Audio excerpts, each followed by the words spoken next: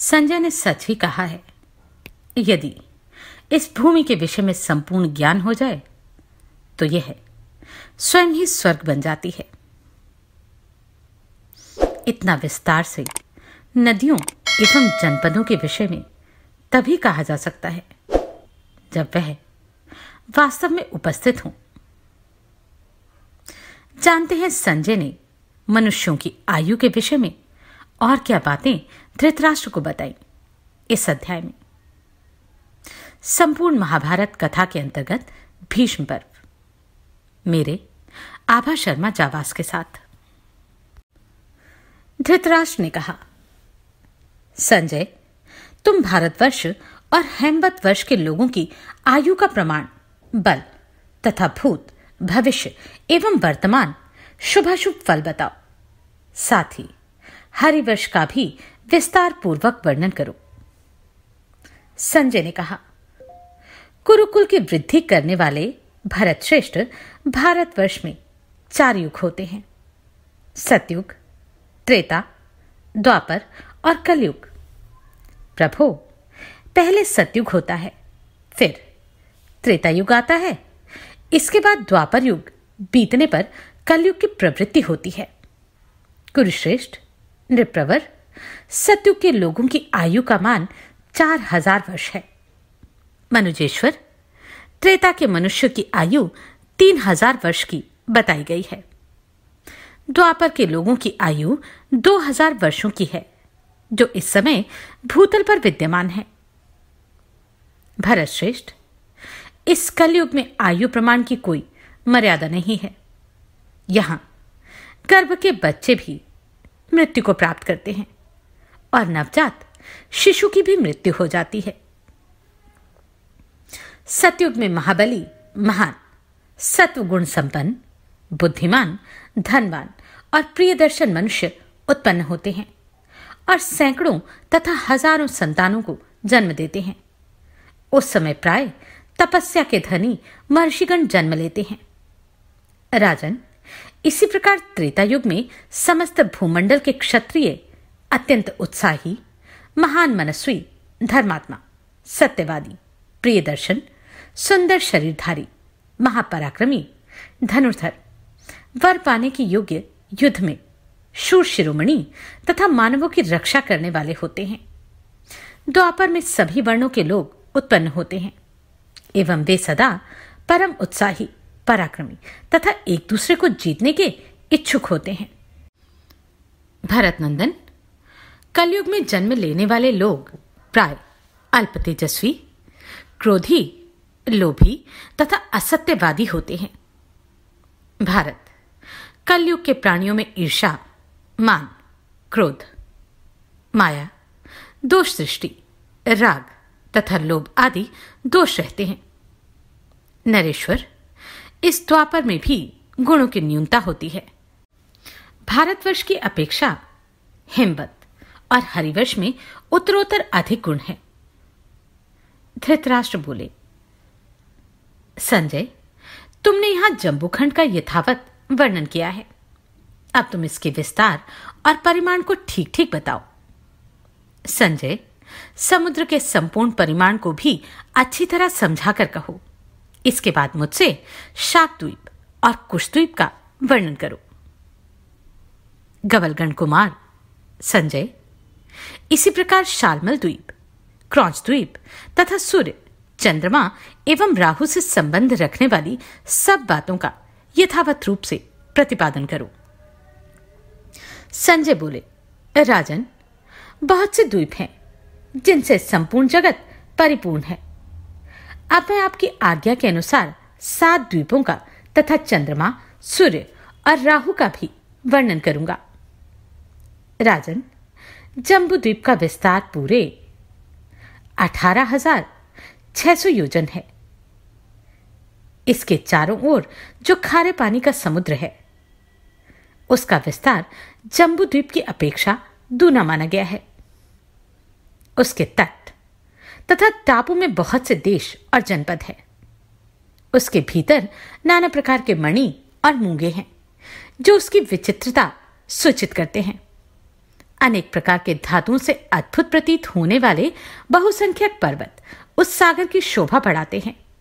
सिद्धों तथा चारणों से भरा हुआ वह लवण समुद्र सब ओर से मंडलाकार है। राजन, अब मैं शाकद्वीप का यथावत वर्णन आरंभ करता हूं। कुरुनंदन, मेरे इस न्यायोचित कथन को आप ध्यान देकर सुने।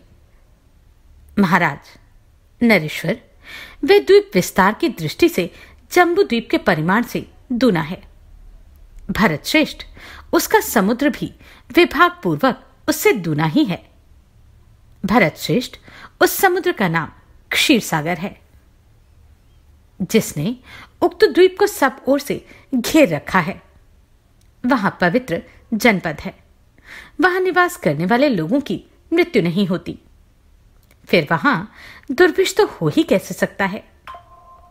उस द्वीप के निवासी क्षमाशील और तेजस्वी होते हैं। भरत श्रेष्ठ महाराज, इस प्रकार शाकद्वीप का संक्षेप से यथावत वर्णन किया गया है। अब और आपसे क्या कहूं। धृतराष्ट्र बोले, महाबुद्धिमान संजय, तुमने यहां शाकद्वीप का संक्षिप्त रूप से यथावत वर्णन किया। अब उसका कुछ विस्तार के साथ यथार्थ परिचय दो। संजय बोले, राजन, शाकद्वीप में भी मणियों से विभूषित 7 पर्वत हैं। महारत्नों की बहुत सी खानें और नदियां भी हैं। उनके नाम मुझसे सुनिए। जनेश्वर, वहां का सब कुछ परम पवित्र और अत्यंत गुणकारी है। वहां का प्रधान पर्वत है मेरु, जो देवऋषियों तथा गंधर्वों से सेवित है। महाराज, दूसरे पर्वत का नाम मलय है, जो पूर्व से पश्चिम की ओर फैला हुआ है। मेघ वहीं से उत्पन्न होते हैं और वे सब ओर फैलकर जल की वर्षा करने में समर्थ होते हैं। कुरुनंदन, उसके बाद जलधार नामक महान पर्वत है। जनेश्वर, इंद्र वहीं से सदा उत्तम जल ग्रहण करते हैं, इसलिए वर्षा काल में वे यथेष्ट जल बरसाने में समर्थ होते हैं। उसी द्वीप में उच्चतम रेवतक पर्वत है, जहां आकाश में रेवती नामक नक्षत्र नित्य प्रतिष्ठित है। यह ब्रह्मा जी का रचा हुआ विधान है। राजेंद्र, उसके उत्तर भाग में श्याम नामक महान पर्वत है, जो नूतन मेघ के समान श्याम शोभा से युक्त है। उसकी ऊंचाई बहुत है। उसका कांतिमान कलेवर परम उज्जवल है। जनपदेश्वर, वहां रहने से ही वहां की प्रजा श्यामता को प्राप्त हुई है। धृतराष्ट्र बोले, सूतपुत्र संजय, यह तो तुमने आज मुझसे महान संशय की बात कही। भला वहां रहने मात्र से प्रजा श्यामता को कैसे प्राप्त हो गई। संजय ने कहा, महाराज कुरुनंदन, संपूर्ण द्वीपों में गौर, कृष्ण तथा इन दोनों वर्णों का सम्मिश्रण देखा गया है। भारत, यह पर्वत जिस कारण से श्याम होकर दूसरों में भी श्यामता उत्पन्न करने वाला हुआ, वह आपको बताता हूं। यहां भगवान श्री कृष्ण निवास करते हैं, अतः उन्हीं की कांति से यह स्वयं भी श्यामता को प्राप्त हुआ है और अपने समीप रहने वाली प्रजा में भी श्यामता उत्पन्न कर देता है। कौरवराज, श्यामगिरी के बाद बहुत ऊंचा दुर्ग शैल है। इसके बाद केसर पर्वत है, जहां से चली हुई वायु केसर की सुगंध लिए बहती है। इन सब पर्वतों का विस्तार दूना होता जाता है। कुरुनंदन, मनीषी पुरुषों ने इन पर्वतों के समीप 7 वर्ष बताए हैं। महामेरु पर्वत के समीप महाकाश पर्वत है। जलद या मलय के निकट कुमुदोत्तर वर्ष है। महाराज, जलधार गिरी का पार्श्ववर्ती वर्ष सुकुमार बताया गया है। रेवतक पर्वत का कुमार वर्ष तथा श्यामगिरी का मणिकांचन वर्ष है। इसी प्रकार केसर के समीपवर्ती वर्ष को मौदाकी कहते हैं। इसके आगे महाशुमान नामक एक पर्वत है। वह उस द्वीप की ऊंचाई और चौड़ाई सबको घेर कर खड़ा है। महाराज, उसके बीच में शाक नामक एक बड़ा भारी वृक्ष है जो जम्बूद्वीप के समान ही विशाल है। महाराज, वहां की प्रजा सदा उस शाक वृक्ष के ही आश्रित रहती है। वहां बड़े पवित्र जनपद हैं। उस द्वीप में भगवान शंकर की आराधना की जाती है। राजन, भरत नंदन, वहां सिद्ध, चारण और देवता जाते हैं। वहां के चारों वर्णों की प्रजा अत्यंत धार्मिक होती है। सभी वर्ण के लोग वहां अपने अपने वर्णाश्रमोचित कर्म का पालन करते हैं। वहां कोई चोर नहीं दिखाई देते। महाराज, उस द्वीप के निवासी दीर्घायु तथा जरा और मृत्यु से रहित होते हैं। जैसे वर्षा ऋतु में समुद्रगामिनी नदियां बढ़ जाती हैं, उसी प्रकार वहां की समस्त प्रजा सदा वृद्धि को प्राप्त होती है। उस द्वीप में अनेक पवित्र जल वाली नदियां बहती हैं। वहां गंगा भी अनेक धाराओं में विभक्त देखी जाती है। कुरुनंदन, भरत श्रेष्ठ, उस द्वीप में सुकुमारी, कुमारी, शिलाशी, वेणिका, महानदी, मणिजला और चक्षुवर्धिनिका आदि पवित्र जल वाली नदियां बहा करती हैं। वहां लाखों ऐसी नदियां हैं जिनके जल लेकर इंद्र वर्षा करते हैं। उनके नाम और परिमाण की संख्या बताना कठिन ही नहीं, असंभव है। वे सभी श्रेष्ठ नदियां परम पुण्यमयी हैं। उस द्वीप में लोक सम्मानित 4 पवित्र जनपद हैं। उनके नाम इस प्रकार हैं: मंग, मशक, मानस तथा मंदक। नरेश्वर, उनमें से मंग जनपद में अधिकतर ब्राह्मण निवास करते हैं। वे सब के सब अपने कर्तव्य के पालन में तत्पर रहते हैं। महाराज, मशक जनपद में संपूर्ण कामनाओं के देने वाले धर्मात्मा क्षत्रिय निवास करते हैं। मानस जनपद के निवासी वैश्यवृत्ति से जीवन निर्वाह करते हैं। वे सर्वभोग संपन्न, शूरवीर, धर्म और अर्थ को समझने वाले एवं दृढ़ निश्चयी होते हैं। मंदक जनपद में शूद्र रहते हैं। वे भी धर्मात्मा होते हैं। राजेंद्र, वहां ना कोई राजा है, ना दंड है और ना दंड देने वाला। वहां के लोग धर्म के ज्ञाता हैं और सद्धर्म पालन के प्रभाव से एक दूसरे की रक्षा करते हैं। महाराज, उस महान तेजोमय शाकद्वीप के संबंध में इतना ही कहा जा सकता है और इतना ही सुनना चाहिए। संजय बोले, महाराज, कुरुनंदन, इसके बाद वाले द्वीपों के विषय में जो बातें सुनी जाती हैं वे इस प्रकार हैं। उन्हें आप मुझसे सुनिए। क्षीरोद समुद्र के बाद घृतोद समुद्र है और दधि मंडोदक समुद्र है।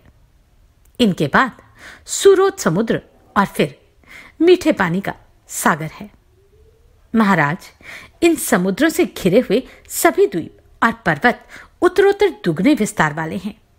नरेश्वर, इनमें से मध्यम द्वीप में मनशिला अर्थात मैनसिल का एक बहुत बड़ा पर्वत है जो गौर नाम से विख्यात है। उसके पश्चिम में कृष्ण पर्वत है जो नारायण को विशेष प्रिय है। स्वयं भगवान केशव भी वहां दिव्य रत्नों को रखते और उनकी रक्षा करते हैं। वे वहां की प्रजा पर प्रसन्न हुए थे, इसलिए उनके सुख पहुंचाने की व्यवस्था उन्होंने की है। नरेश्वर, कुशद्वीप में कुशों का एक बहुत बड़ा झाड़ है जिसकी वहां के जनपदों में रहने वाले लोग पूजा करते हैं। उसी प्रकार शालमली द्वीप में शालमली अर्थात सैमर वृक्ष की पूजा की जाती है। क्रौंच द्वीप में महाक्रौंच नामक महान पर्वत है जो रत्न राशि की खान कहा गया है। महाराज, वहां चारों वर्णों के लोग सदा उसी की पूजा करते हैं। राजन, वहीं गौमंत नामक विशाल पर्वत है जो संपूर्ण धातुओं से संपन्न है। वहां मोक्ष की इच्छा रखने वाले उपासकों के मुख से अपनी स्तुति सुनते हुए सबके स्वामी श्रीमान कमलनयन भगवान नारायण नित्य निवास करते हैं। राजेंद्र, कुशद्वीप में सुधामा नाम से प्रसिद्ध दूसरा सुवर्णमय पर्वत है जो मूंगों से भरा हुआ और दुर्गम है। कौरव्य, वहीं परम कांतिमान कुमुद नामक तीसरा पर्वत है। चौथा पुष्यपान, पांचवा कुशेश्य और छठा हरिगिरी। ये 6 कुशद्वीप के श्रेष्ठ पर्वत हैं। इन पर्वतों के बीच का विस्तार सब ओर से उत्तरोत्तर दूना होता है। कुशद्वीप के पहले वर्ष का नाम उद्भिद है, दूसरे का नाम वेणुमंडल है, तीसरे का नाम सुरथाकार, चौथे का कंबल, पांचवें का धृतिमान और छठे वर्ष का नाम प्रभाकर है। 7वां वर्ष कापिल कहलाता है। ये 7 वर्ष समुदाय हैं। पृथ्वीपते इन सब में देवता, गंधर्व तथा मनुष्य सानंद विहार करते हैं। उनमें से किसी की मृत्यु नहीं होती। नरेश्वर यहां लुटेरे अथवा मलेच्छ जाति के लोग नहीं हैं। मनुजेश्वर इन वर्षों के सभी लोग प्राय गोरे और सुकुमार होते हैं। अब मैं शेष संपूर्ण द्वीपों के विषय में बताता हूं। महाराज, मैंने जैसे सुन रखा है वैसा ही सुनाऊंगा। आप शांतचित्त होकर सुनिए। क्रौंच द्वीप में क्रौंच नामक विशाल पर्वत है। राजन, क्रौंच के बाद वामन पर्वत है।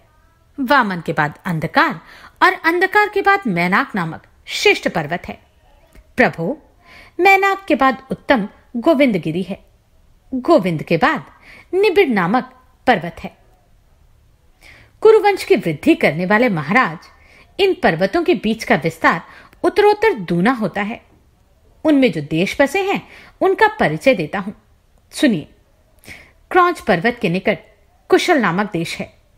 वामन पर्वत के बाद मनुनुग नामक देश है। कुरुकुल श्रेष्ठ मनुनुग के बाद उष्ण देश आता है। उष्ण के बाद प्रावरक, प्रावरक के बाद अंधकारक और अंधकारक के बाद उत्तम मुनिदेश बताया गया है। मुनिदेश के बाद जो देश है उसे दुंदुभिस्वान कहते हैं। वह सिद्धों और चारणों से भरा हुआ है। जनेश्वर, वहां के लोग प्राय गौरवर्ण होते हैं।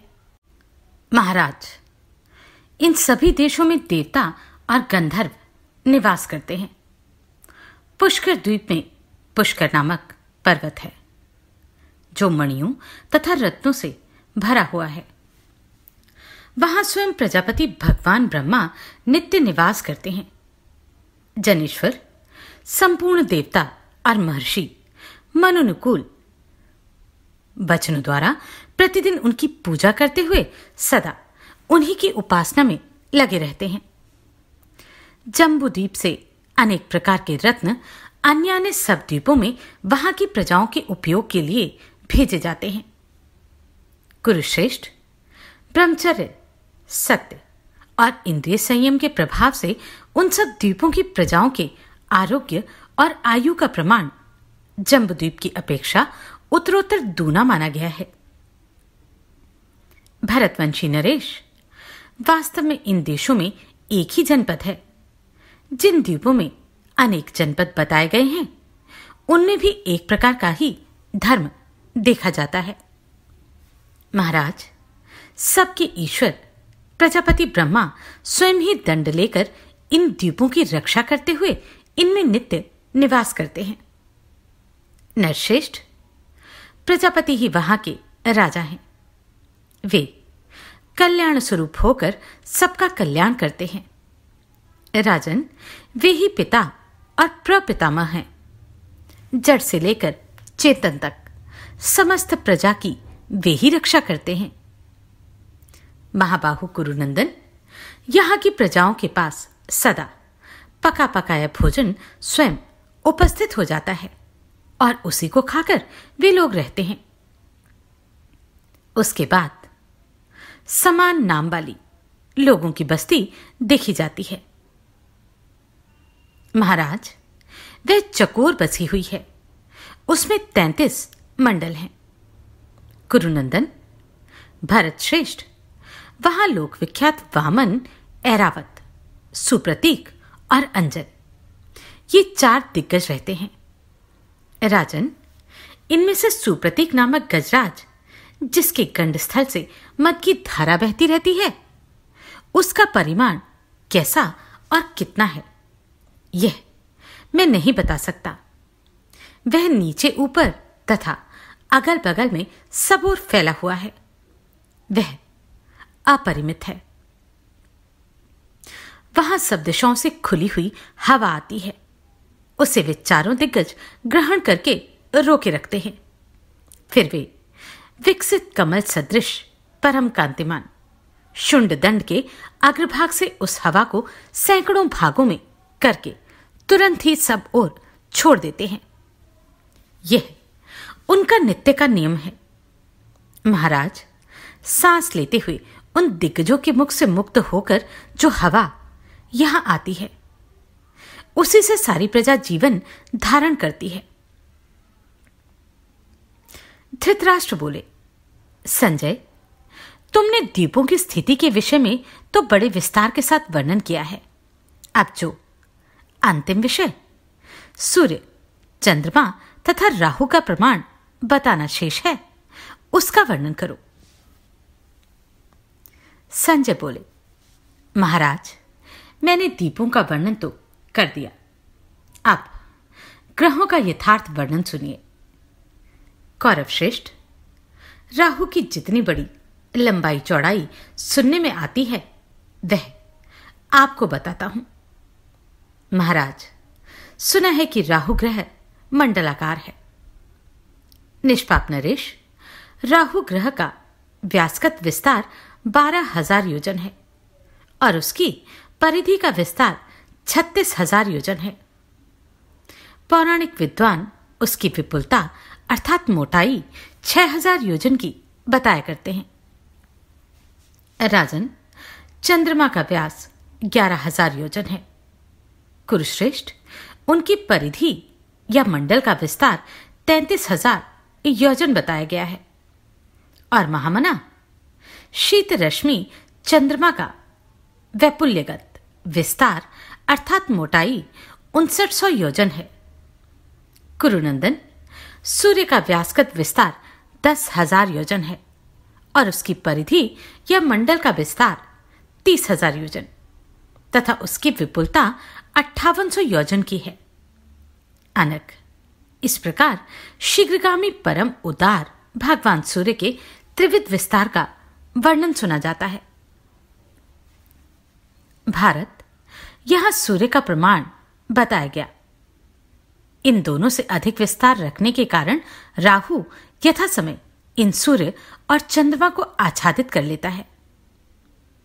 महाराज, आपके प्रश्न के अनुसार शास्त्र दृष्टि से ग्रहों के विषय में संक्षेप से बताया गया है।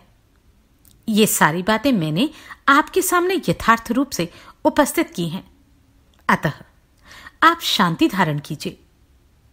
इस जगत का स्वरूप कैसा है और इसका निर्माण किस प्रकार हुआ है, ये सब बातें मैंने शास्त्रोक्त रीति से बताई हैं। अतः गुरुनंदन, आप अपने पुत्र दुर्योधन की ओर से निश्चिंत रहिए। भरत श्रेष्ठ, जो राजा इस भूमि पर्व को मनोयोग पूर्वक सुनता है, वह श्री संपन्न, सफल मनोरथ तथा श्रेष्ठ पुरुषों द्वारा सम्मानित होता है और उसके बल, आयु, कीर्ति तथा तेज की वृद्धि होती है। भूपाल, जो मनुष्य दृढ़तापूर्वक संयम एवं व्रत का पालन करते हुए प्रत्येक पर्व के दिन इस प्रसंग को सुनता है, उसके पितृ और पितामह पूर्ण तृप्त होते हैं। राजन, जिसमें हम लोग निवास करते हैं और जहां हमारे पूर्वजों ने पुण्य कर्मों का अनुष्ठान किया है, यह वही भारतवर्ष है। आपने इसका पूरा पूरा वर्णन सुन लिया। अब तक तो संजय धृतराष्ट्र को युद्ध के विषय में कुछ नहीं बता रहे थे। जानते हैं युद्ध भूमि की कुछ समाचार संजय के द्वारा अगले अध्याय में। नमस्कार, मैं आभा शर्मा जाबाज। अगर आपको ये प्रश्न सराहनीय लगे तो आप कंट्रीब्यूट कर सकते हैं।